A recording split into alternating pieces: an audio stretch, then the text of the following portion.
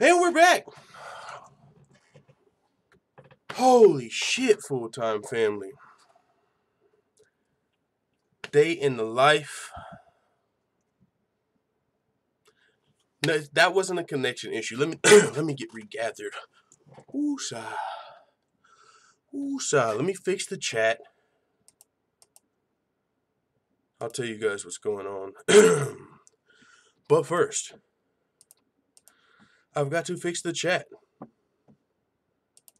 We were offline for about 9-ish minutes. Had to restart the stream because my roommates are downstairs motherfucking arguing. Yo, fun really got full time for finishing the show. No, we're back. I gotta finish the show. I got working like an hour, something like that, but what the fuck just happened was my roommates are downstairs fucking arguing and throwing shit and all of this, so in the process, they fucking unplugged our whole internet modem and router because they're down there fucking arguing to the max. And so I fucking had to go downstairs, plug the internet back in, tell them leave that shit the fuck alone because I'm busy. Keep your bullshit okay. And I gotta move, you guys. I got to fucking move. Down there, I go down there, plug the internet in. My niece is crying a little, so I gotta cheer her up because these pieces. A mad ting.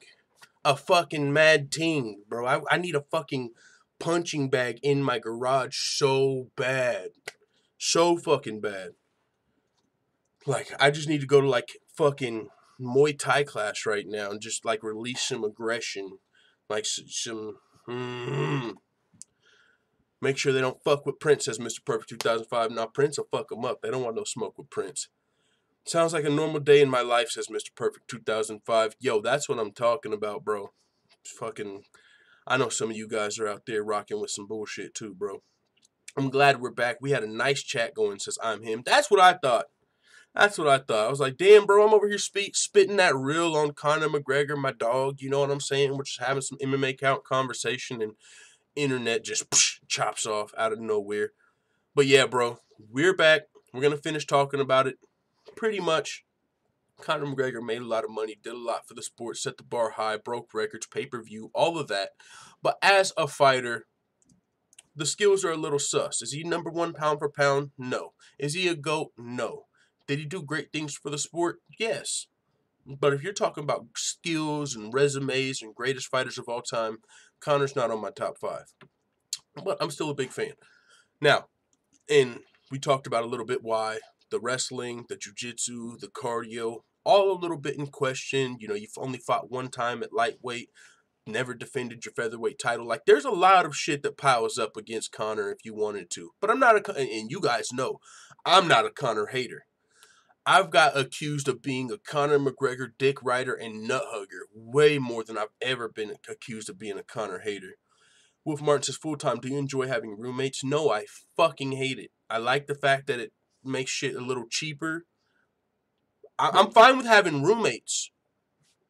If you guys just leave, we don't have to fuck with each other. I'm the type of person, when I go to work, I don't want nobody over my shoulder. I don't want nobody telling me how to do nothing because I know what the fuck I'm doing. Let me do me.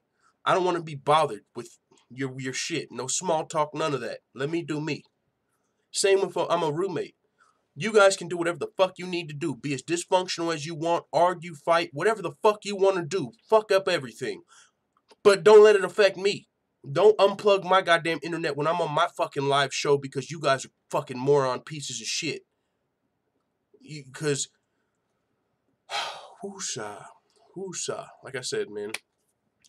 But what I can't even, you know, I'm on a fucking public platform. I can't, like, I feel like y'all have a feeling, but I can't even talk with y'all like how I want to talk to somebody about this bullshit. But, you know, I can't even fucking, because this is YouTube. That ain't what this is fucking here for. You need to release. Punching bag is needed. Yo, my whole way up here, third eye first, I was like, I got some weights out there in my garage, but they're all rusty and shit because they're old. So, you know what I'm saying? Unless you got some really good gloves, you probably don't want to use them. You're going to fuck around and catch something. I'm trying to get a new weight set and some new punching bags, but I got to get my shit together, and that all starts today. I got a full week of work this week, and I'm working on getting hired on full time eventually because I can't even anymore, bro. These roommates, but I can't even go into it. I can't even go into it. Woosah, my brother. Conor, the former double champ across 2 companies and never defended them once. Not good. Yeah, and maybe he could have defended that Cage Warriors belt, you know, but those UFC ones, we here for you, bro. They're going to make us have a panel. I got to be to work in like an hour, but we're definitely going to be having a panel fucking tomorrow or the day after or something like that because I'm going to chop it up with the full-time family. But with that being said, this is something I really wanted to talk about. TJ Dillashaw's coach, Duane Ludwig, seeing a true challenge in Max Holloway at featherweight. Now, TJ Dillashaw and the coach, both of them. I had this in the title originally. Is TJ Dillashaw looking past Henry Cejudo? That would be really stupid. I really hope not. But I told you guys in my prediction video, I'm not super confident in TJ. This is a 50-50 fight for me. I'm almost 51% Cejudo. My brain is 51% Cejudo. My heart is 51% Dillashaw. I like Dillashaw. He's one of my favorite fighters. I got a bad feeling about this one. Henry Cejudo at 125, and you're already thinking about Max Holloway? I just don't know what's going to happen after this weekend, guys. What if Henry Cejudo beats TJ Dillashaw? What? What? That would throw a monkey wrench in our whole game, you guys. Because TJ would keep his belt, but the UFC is supposed to be getting rid of the flyweight division. What happens? It is very possible. This is happening at 125. What happens if Henry Cejudo wins? Do you keep the flyweights? Does he move up to 135? Because if I can beat you at 125, now I got to see if I can beat you at 135. Oh my shit, bro. If Henry Cejudo beats TJ Dillashaw, I just feel like my mind's going to explode. But I feel like it might happen. At 51%, I just said that. He said, everyone wants me to go up to featherweight. This is TJ Dillashaw and fight Max. He said, I would love to, but look, one step at a time. Let's run through Cejudo first, then Max can be next. I can be the first one to ever get 3 belts. It's not that easy. It's not that easy, you guys. And I 100%. I wish we were having this conversation after the fight, because he's right. You could be the first to challenge for 3 belts. You could be, because the place where you're at, 135, if you can cut to 125, then for sure you can jump 10 more pounds. For sure. But you have a challenge in front of your hands. It's going to be one of the toughest fights you've ever fought at a weight class you haven't fought at. You're fighting at the highest level at this weight class. You're going down 10 extra pounds where you've never been, fighting someone who's that's their natural weight class. We know their wrestling is off the fucking chain. They just beat Demetrius Johnson, one of the greatest fighters of all time. You are fighting a motherfucker. Henry Cejudo is the real deal. Max Holloway, I get it. People might have asked you. We can't be talking about what's next. All that's next is this flyweight belt. Because what's going to happen is you're going to have your mindset on those 3 belts. You've probably already envisioned yourself having 3 belts on. And holy shit, meanwhile, Henry Cejudo's about to whoop your ass. Because you're not focused on the fight. I mean, 100%. So this actually, whenever I see TJ Dillashaw and his coach talking about Max Holloway before the Cejudo fight, it doesn't bode well for me. It doesn't make me confident in TJ Dillashaw. It makes me less confident. It makes me start to think that he's looking past this fight. I'm sure he's taking it serious, but not as serious as he could be. Because if you got time to think about yourself as the 3-division champion and fighting Max Holloway and the potential style matchup, that's all time you're not thinking about this fight coming up. He says, I think that would be more of a challenge to go up in weight than it has been to go down in weight, says Ludwig. TJ's not a big bantamweight anyway. Going up in weight, that's when we'll see more change.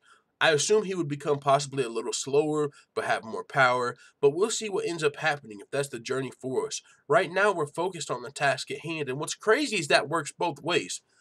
Some people go up a weight class and they put on more weight. And they say, oh, but I felt faster than ever. Because I was fighting at my weight class. I wasn't drained from the weight cut. I was faster than ever. Some people go down a weight class and feel like they're faster. How the fuck? Okay, I get it. I guess if you were killing yourself to make the weight, you might be faster up a weight class. But if you're smaller for your weight, then you might be faster down a weight class. Okay. But yeah, they're looking TJ Dillashaw and his coach. They both had their, thoughts on Max Holloway leading up to this Cejudo fight. We're thinking about Max Holloway leading up to a Henry Cejudo fight. You don't got to be a genius to think that these guys might be looking past Cejudo, and that would not be wise because Cejudo has a chance to win this, just as much of a chance as TJ. TJ would never beat Max Holloway, says Jay Skills. I would love to see the fight, man. I would love to see it. I don't think he would win that fight. I'm with you, Jay Skills, but I would like to see it. Just because of the style, because they're both champions, and I would like to see how TJ's wrestling translates against Max Holloway, who hasn't had to fight Chad Mendes or Frankie Edgar quite yet. That fight with Frankie Edgar's almost been there a couple times. But I would like to see Dillashaw versus Holloway if he could get past Cejudo, but we'll see. Do you think we're going to see Barboza versus Justin, says Joshua Skipper? I sure the fuck hope so. Like, that's probably one of, if not, yeah, that's one, if we're not talking about champions, that's my favorite fight in the lightweight division. Barboza versus Gaethje? That's what I want to see. Barboza versus Gaethje. I would love to see that fight. At this point in Donald's career, he should stick to 170, in my opinion, says Leon Dubbleson. Yeah, it's interesting. He's been wanting to go back to 155 for quite a while right now, but at this point in Donald Cerrone's life, I kind of feel like he should stay at 170. We know Donald Cerrone drinks beers. I mean, yeah, you can drink a lot, but it's not like they're good for your liver. So Donald Cerrone, who's been in an accident before that damaged his liver, which is why when Robbie Lawler fought Donald Cerrone, if you were watching the fight, I believe going into the third round it was, or in the third round, Robbie Lawler's corner was yelling, "Boy ain't got no liver! Boy ain't got no liver! Boy ain't got no liver!" They were targeting Donald Cerrone's liver because it had been fucked up and he don't have no liver, but like half of his liver got removed or some shit like that. Like, it's damaged. And so we already know about liver shots. Cutting weight's not good on your, liver? So, I mean, you're cutting weight, you drink beer, you're going down to this weight class. Like, it doesn't seem like a great idea. I'm with you. Maybe 165. I mean, you know what I'm saying? At this point in Donald Cerrone's career, I just don't think he's a top 5 guy. He's not going to be able to beat everybody, no matter what weight class you put him. If you put him at 155, he's not going to beat everybody. He's going to eventually lose once he climbs the ranks. Once he gets to the top 5, he could for sure lose. Same at welterweight. So we're at a point, I feel like, with Donald Cerrone where it's not about the weight cut. You want to fight? Have some fun fights. But it's not about the belt, I don't feel like, for Donald Cerrone anymore. Have some fun fight of the year type fights.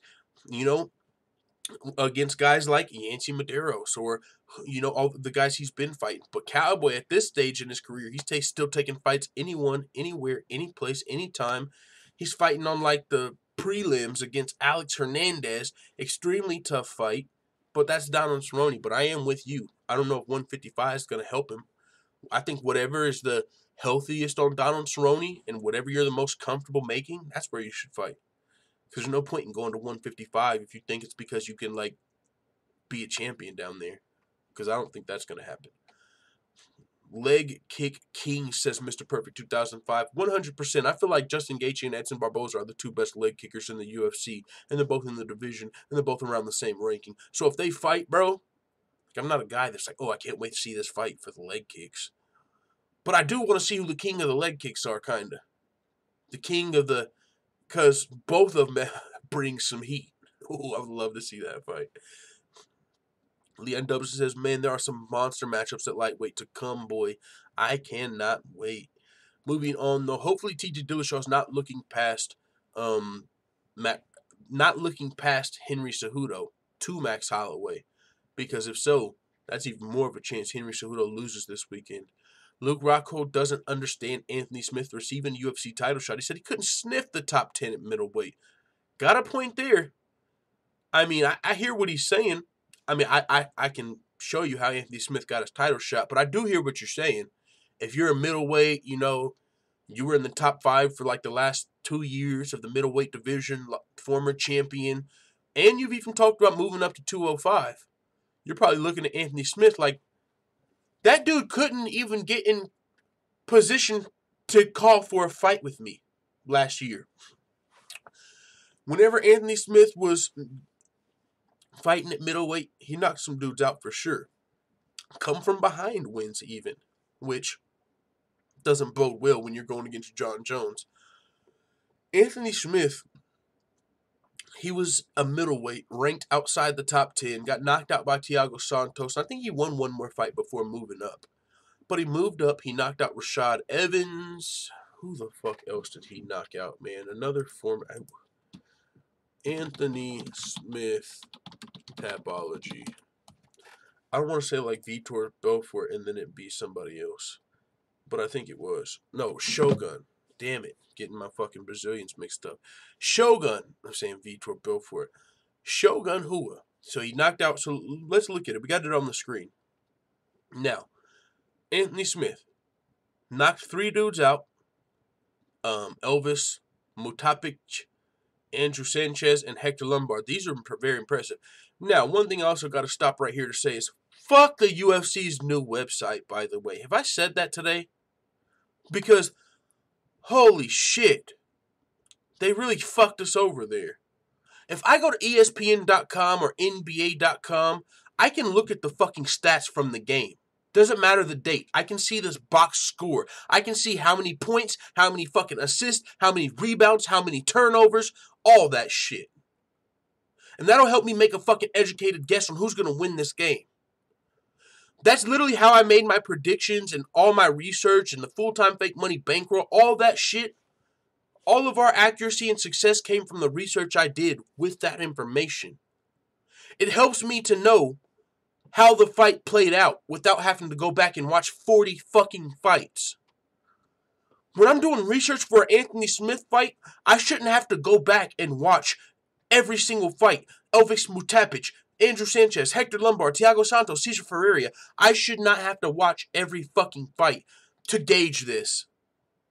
On the old UFC.com, I could see Elvis Mutapic scored 40 significant strikes. Anthony Davis scored 12. And it helps you know, oh, Anthony Smith scored fucking 10 takedowns in this fight. His opponent scored 0. Oh, and then he went on and scored 7 in his next fight. Clearly, he's a dominant wrestler because he got 10 takedowns, then 7 takedowns, then 5 takedowns. And his opponent got taken down 3 times and then taken down 4 times. So he's going to have the wrestling advantage in this fight. That helps. Now, because one of the things I used to know about Anthony Smith that now if I didn't have that fucking knowledge, you can't find out. He was a guy that came from behind like Darren Elkins. He was losing his fights like Brian Ortega. He will be losing and then get the win. I don't know who it was now. I don't know if it was fucking Elvis Mutapic or Hector Lombard. But I will tell you this. He was losing a few of these fights and came back and got the win.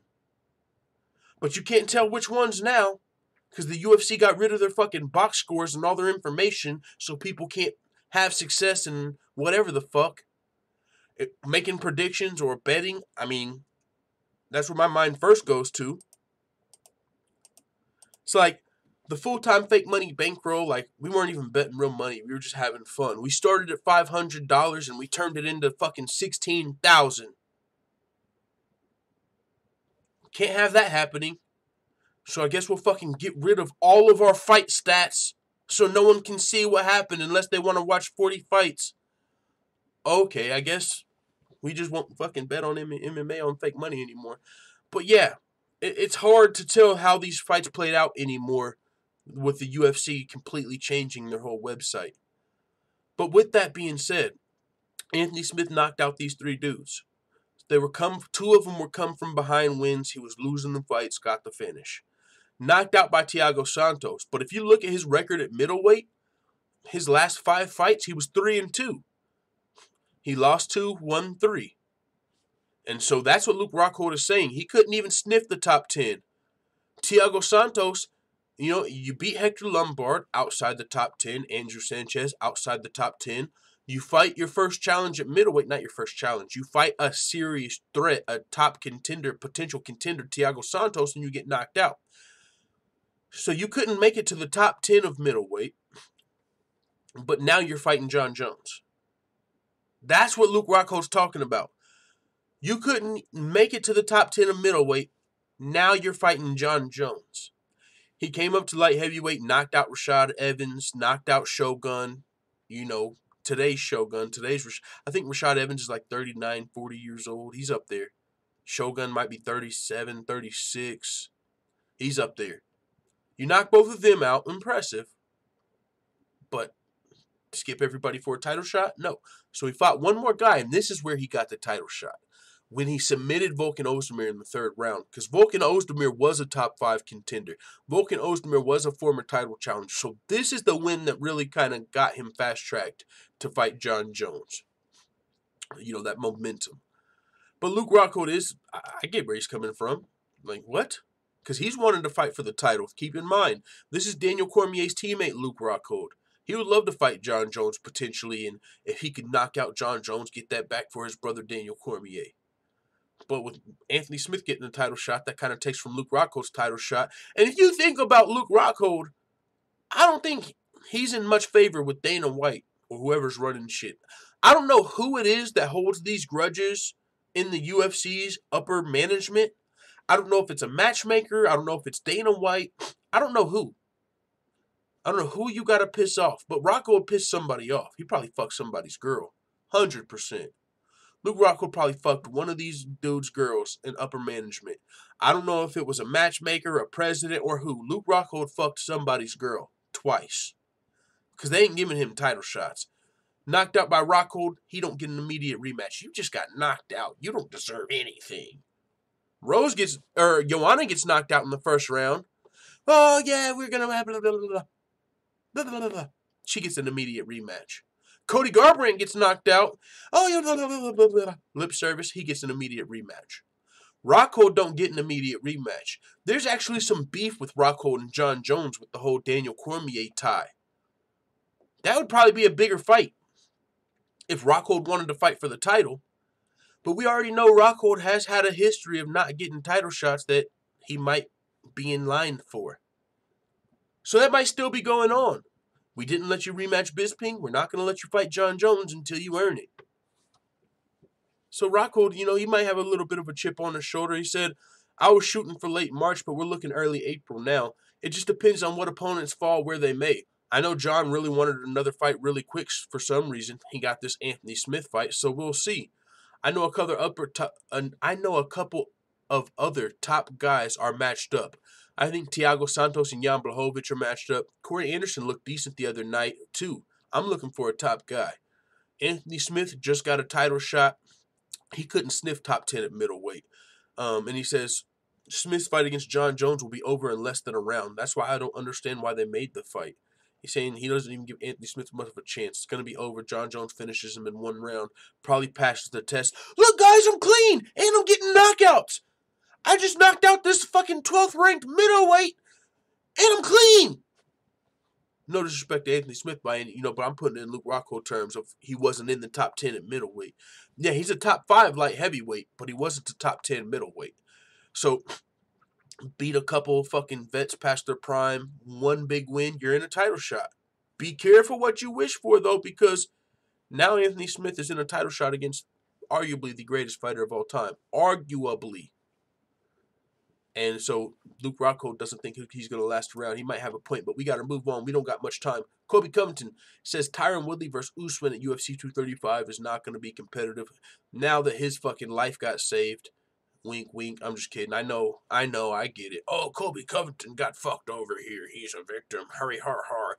How could the UFC fuck Colby Covington over? He was just their guy. He was injured and he didn't take a fight. Oh, poor Colby. Fuck Colby. Sorry. I don't care. Why are you talking, bro? I mean, they're saying Covington's ready to fight at 235, but he lost his opportunity. All right, well, then go be silent. I mean, you were quiet. Seriously. I did a show last week, and I was saying, where the fuck is Colby? What the fuck's going on with Colby? Why Usman Woodley? Why is Colby Covington, who's usually talking more than everybody, so quiet right now? Why aren't you coming out? The minute that the UFC told you, hey, we're not giving you a title shot, you should have been pissed off. Don't wait until everybody's like, why? Where's Colby? What's going on with Colby? Why is he not talking? To come out and say, oh, the UFC, they fucked me over. Release me, Dana! I'm kind of over this Colby Covington thing. I don't know about you guys. I mean, some people might be a little more into it than me. I got a really short attention span, so I'm really kind of over this Colby Covington thing. I'm ready for it. Go to the fucking WWE. I'm almost to Stamina MC levels with Colby. Like, not quite there, because Stamina MC's he really fucking hates this guy. But I'm over it. That's what I am. I'm over it. It's not going to be competitive. What the fuck are you talking about? Woodley and Covington's not going to be competitive. Two of the best welterweights in the world while you're fucking getting sinus surgery and waiting for your WWE ticket. Why are you fucking talking about real fighters? You fucking out-wrestled a couple dudes because favorable matchmaking. The UFC made Colby fucking Covington. If they didn't reward him for his bullshit, he went overseas. Oh, Brazil's a dump. Oh, blah, blah, blah. Talked all this fucking trash, built this fight with Tyron Woodley, and you give him an interim title fight. And I was talking with my boy Dan from Oregon. We completely disagree on this. He feels like Colby Covington got fucked over here. No, I don't. I don't feel bad for him. And part of what he was saying was that Colby's just not, he's not going to be a puppet. All these other fighters have to do what they're told. Colby's not doing what he's told. What type of entitled bullshit is that? Who the fuck do you think you are, Colby? You're pricing yourself out of the game. You're telling me that's good? Oh, I'm not going to fight Tyron Woodley if I'm not getting $400,000. Who the fuck are you, bro? You're nobody. You're not even an interim champion, technically. That's what you call pricing yourself out of the game. Do you know why people usually price themselves out of the game? Because they don't want no fucking smoke. If you look at Wilder versus Fury, people say, oh, he's asking for fucking way too much money because he don't want to fight. It's happened in the UFC. Not Wilder versus Fury, Wilder versus Joshua. But still, if you've got a fight coming up with Jon Jones, perfect example I laid out. We'll take Jon Jones out of it. Dustin Poirier was about to fight Nate Diaz. Do you think he was doing it because he was going to get more money or for the opportunity? Do you think Dustin Poirier should have held out and said, I want $250,000 to fight Nate Diaz or I'm not fighting? Who the fuck do you think you are? You're not going to take this huge opportunity? Because what? You want more money from your boss? Is that in your fucking contract? What the fuck is wrong with you? No, Dustin Poirier took the fight because he's not stupid. He's smart. He realized it's a huge opportunity. You get to fight Nate Diaz. Yeah, you don't get pay-per-view points, but if you beat Nate Diaz, you might get the next Conor fight. You're a huge, bigger star because everyone knows Nate Diaz. So if you beat Nate Diaz, you get a lot of benefits financially as well. So don't come out here and demand money up front when you're going to get money after you win. Unless you don't feel like you can win, Colby. If you beat Tyron Woodley, you get the fucking belt, the real belt, and you get to do whatever the fuck you want. That's when you set your demands and set your price. When you win the belt is when you say, I'm not fighting that guy unless I get my money, blah, blah, blah, blah, blah. Because that's when you have leverage. That's when you're in a position of power. After you win the belt. You can't fucking get up to the tough fight and say, I want $250,000 to fight this tough fight or I'm not fighting. Bro, you're fucking scared. You don't want no fucking smoke. If you thought you could beat Woodley, you would have fought him for whatever the fuck money they offered you. Because you would have won the belt, and then you would have done whatever. Then you would be in a position to do what you're doing right now. Then you would have leverage. Right now, what fucking leverage does Colby have to make these moves and these decisions? Oh, I'm not going to fight the champion. I'm not all the way healthy. And then over here, I want more money. You're negotiating, bro, like you're a champion or Conor McGregor, a.k.a. pricing yourself out the game. And then you're saying shit like, you don't got the balls to release me? Clearly, you're trying to make your big break to fucking the WWE so you and the man, Ronda Rousey, and I say the man because that's her nickname, so you and fucking Ronda Rousey can go tag team Triple H and fucking Stephanie McMahon. Clearly, you're dying for a fucking TLC match. Hell in a Cell, Royal Rumble, WrestleMania type shit. If Dana's got balls, he'll release me. So I don't have to fight Covington. So I don't have to fight Usman. So I don't have to fight Woodley. So I can go get chokeslammed by the fucking Big Show. I'm over Colby, bro. I'm not into it. Honestly, he's saying this fight's not going to be competitive. I really don't want to hear the explanation because it's bullshit. Woodley for sure. Usman's a scrub, man. He's not relevant. No one cares about him. People don't want to see him fight. He hasn't even beaten a guy in the top 10 that's coming off a win yet. The guy's beaten two guys that are shells of their former selves. Damian Maia and RDA. Because I left those guys in cold blood.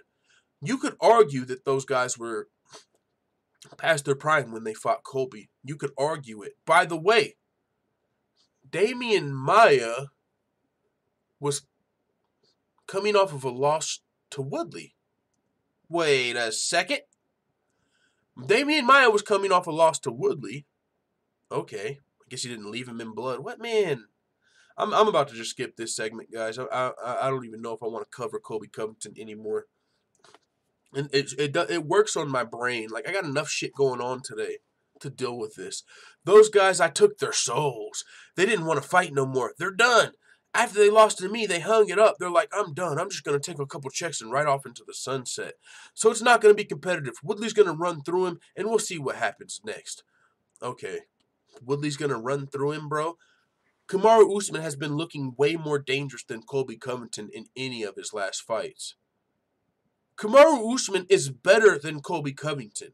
I don't know if you guys know that or not. Maybe you got that, racial bias or something. But Kamaru Usman is a better fucking fighter than Colby Covington. Colby Covington is a guy I look at as a wrestler who's in the sport to lay on some dudes and win a belt and go to the WWE. He's not someone I look at with tremendous striking and jiu-jitsu and potential to fight at multiple weight classes and have so much success in MMA. No. He let us know a couple years ago, I want to be one of the first people to win a UFC belt and a WWE belt. And they were like, wait, Ronda Rousey already did that. He said, yeah, but she had to. She lost and she had to go to the WWE. It wasn't by choice.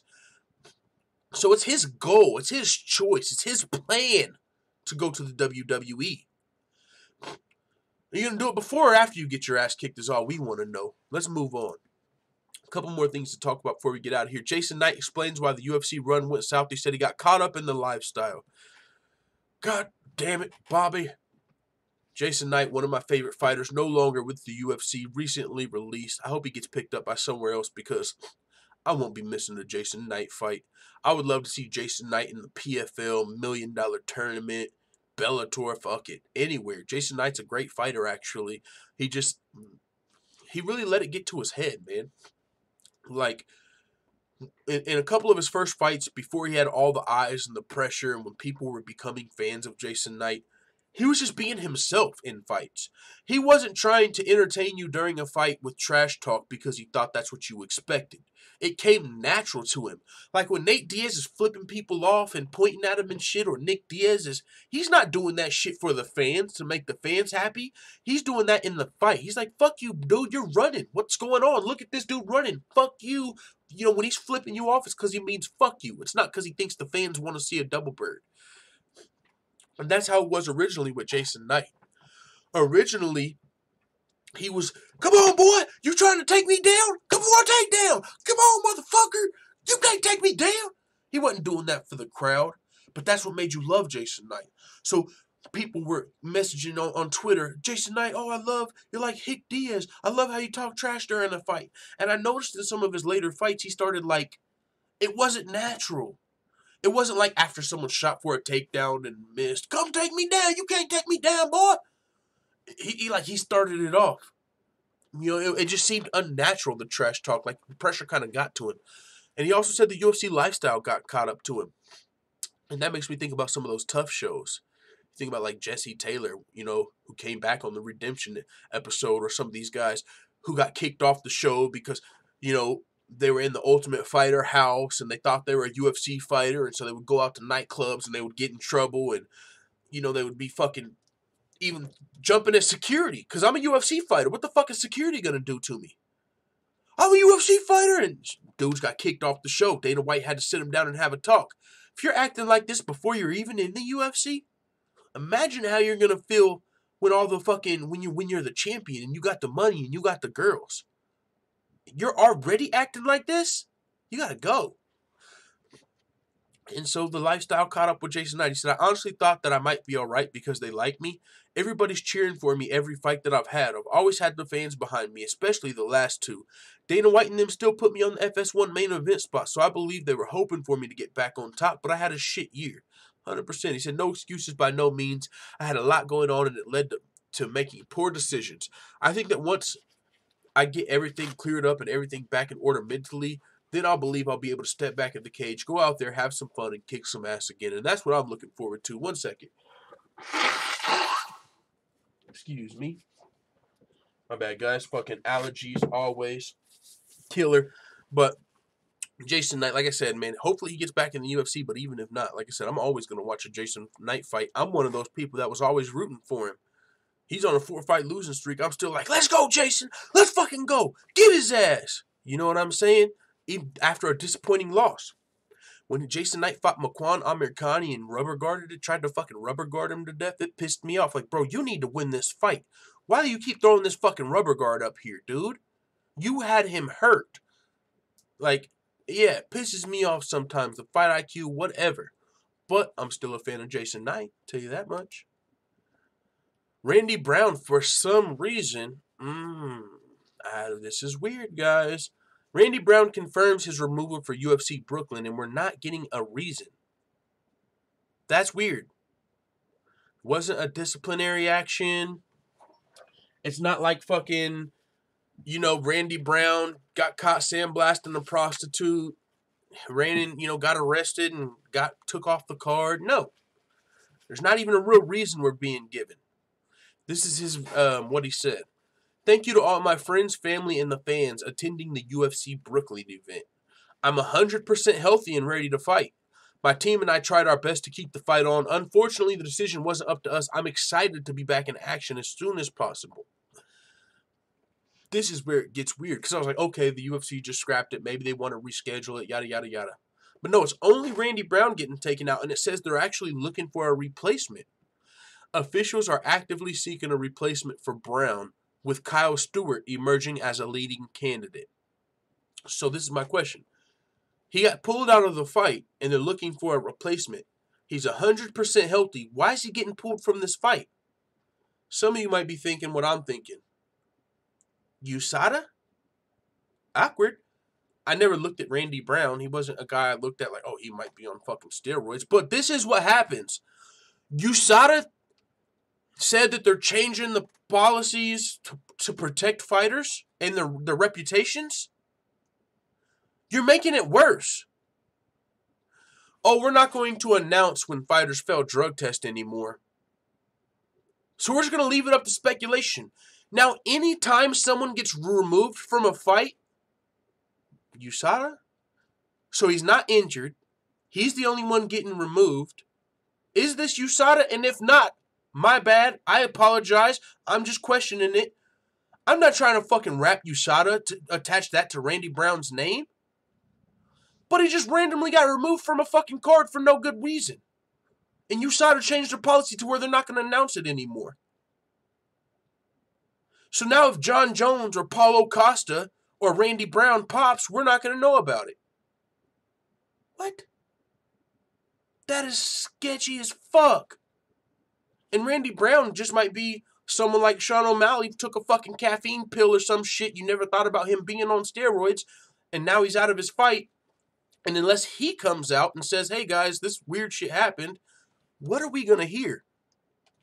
Yeah, man, that's sketchy. That's sketchy. But with that being said, guys, that's the last topic we got for the day. So, I mean, salute to the full-time family for rocking with your boy through the stream reset and all the madness. Because, yeah, the stream reset. So we got 2 streams for today. This is just the continued version. Mr. Perfect 2005 says, I remember that. Trashed the hotel and everything. Yeah. Must have had over 17 picograms, says Bubba G. Oh, shit. You might be onto something. Maybe he had like 18 picograms, and since he's not Jon Jones, they're not going to move the whole card for him or something. Yeah, that's weird as hell. That's sketchy. But it is what it is. It's the UFC. We're going to keep watching the fights, and you know what I'm saying? That's what we're going to do.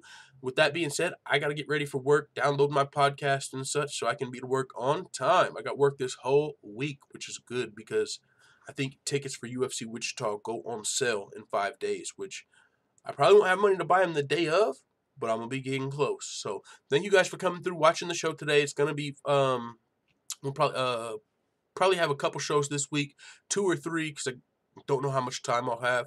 But other than that, man, thank you guys for coming through. It is what it is. That's it for the show today.